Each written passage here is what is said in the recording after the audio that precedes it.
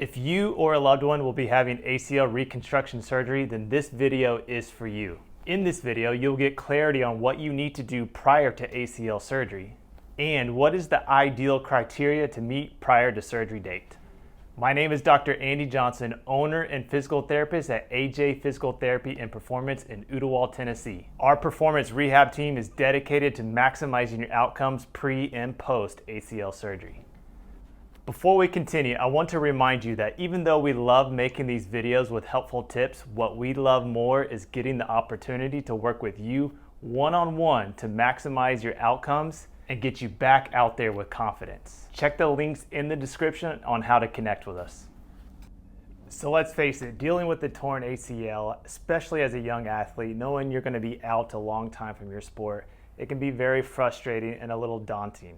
And then if you stack onto it some clarity or lack thereof, all of a sudden it becomes very difficult on how to navigate the early stages after tearing your ACL. And that's what we want to help here. I want to bring clarity to what prehab should look like prior to having surgery. Now, probably the number one thing that allows outcomes to be maximized when it comes to needing an ACL reconstruction surgery is actually what is done prior to the surgery, and the research really is clear on this. So I want to go through the criteria that you should really try to make sure you meet prior to your surgery date. So here's the list. Number one, you want to minimize swelling. Number two, you want to regain as much as you can when it comes to full extension of the knee. Number three, ideally you want to reach at least 130 degrees of knee flexion or bending of the knee. Number four, you need to be able to turn your quad on. Quad control is one of the criteria. Number five, glute control, learning how to turn on the glutes. And number six, restoring your walking pattern. Now let's go through these criteria one by one, and I'm going to teach you how to meet them prior to surgery. So the first one was minimizing swelling. There are a lot of different ways to try to get the swelling down. I have a few favorites. You can go the traditional route of using ice. Ice in the research has been debated quite a bit on if it's effective or not. However, it can also be useful for pain, so I'm not against using ice, especially in this situation. Two other better ways probably to do it is really maximizing your elevation. So getting that leg propped up for long periods of time, at least 15 to 20 minutes, several times a day. This will allow that swelling and drainage to start working back towards the heart. But probably my favorite way to do this, and having access to this is difficult for some people, but using what we call compression boots. The compression boots allow us to mimic, if you will, the lymphatic system. It can really start flushing that swelling out as soon as possible. Then we get new blood flow, which is good to help kickstart healing.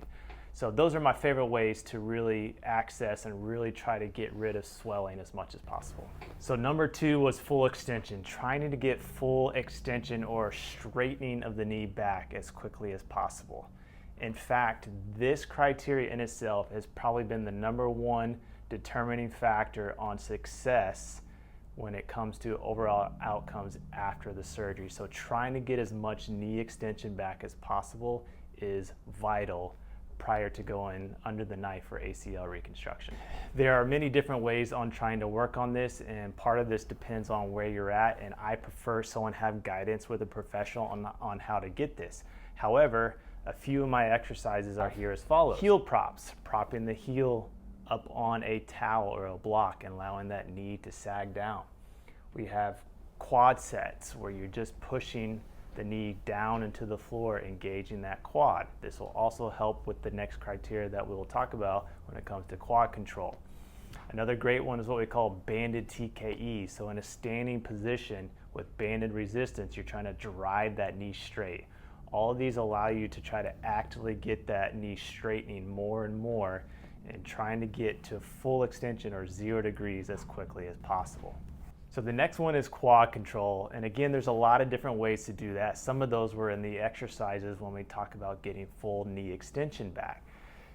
The reality though is you got to make sure you actually have control of that quad, and here's a great way to test it. It's what we call the straight leg raise test. If you can raise your leg up and keeping that knee completely straight, even once you have it suspended in the air, and be able to hold it straight, then you at least proven to yourself that you have enough quad control when it comes to walking and standing activities, and you've gained enough control there that ideally after surgery you'll be able to get that quad control back a little bit faster. All right, so the next one was glute control. This has been a long-time favorite of mine for a lot of different injuries. And what a lot of people don't realize, especially when it comes to the knee and knee injuries, the glute control or the glute strength a lot of times is a precursor on the risk for re-injury. So getting this hip and glute strength back is a huge factor, especially even before going into surgery, so that it's easier for you to kick those on after. A couple of my favorites when it comes to just before surgery, keeping in mind this time window is probably pretty small, is doing banded exercises. Two of my favorites, banded clamshell holds, where you're working on holding it still using the glutes, and then banded abduction, and also doing that with holds or isometric holds, where you're holding it in place as opposed to repping it back and forth. All right, so the next one is knee flexion, and I throw out the number here, 130 degrees. This is, again, based off of research. The idea of I got to get full flexion back before surgery for a lot of people may not be obtainable, but if we can at least get to that 130 degree mark, it really pays off for your rehab afterwards. Different ways to do that, but honestly the two easiest ways is what we call a heel slide with a strap. So just laying on your back, using that strap to slide the heel back and forth, slowly working on that knee bend. You don't have to be ridiculously aggressive here, but just make sure you keep it moving slowly back and forth. Over time, applying a little bit more pressure, trying to get the knee to bend more and more. And then the second one to get knee flexion going is pedaling a stationary bike. This really gets a lot of different things going with the muscles, but it allows you to bend and straighten the knee repetitively, and the joint tends to really respond well to that. All right, so then the last one is restoring your normal walking pattern. Now, a lot of times this is not completely obtainable because we're still dealing with pain prior going into surgery, depending on your situation. But honestly, the best way to restore a walking pattern is to practice walking. And trying to be more specific, this is where you're really going to practice gait patterns where you're striking the ground with the heel, rolling up onto the toe, pushing off of the toe. You could even actually practice reverse walking, and even though we don't normally walk this way, it tends to cue those quads a little bit more, and then all of a sudden will make walking forward a little bit easier. This is something that I really like to have guidance under a professional or PT as well, because they can really get into the nuances on what the pattern should feel and look like.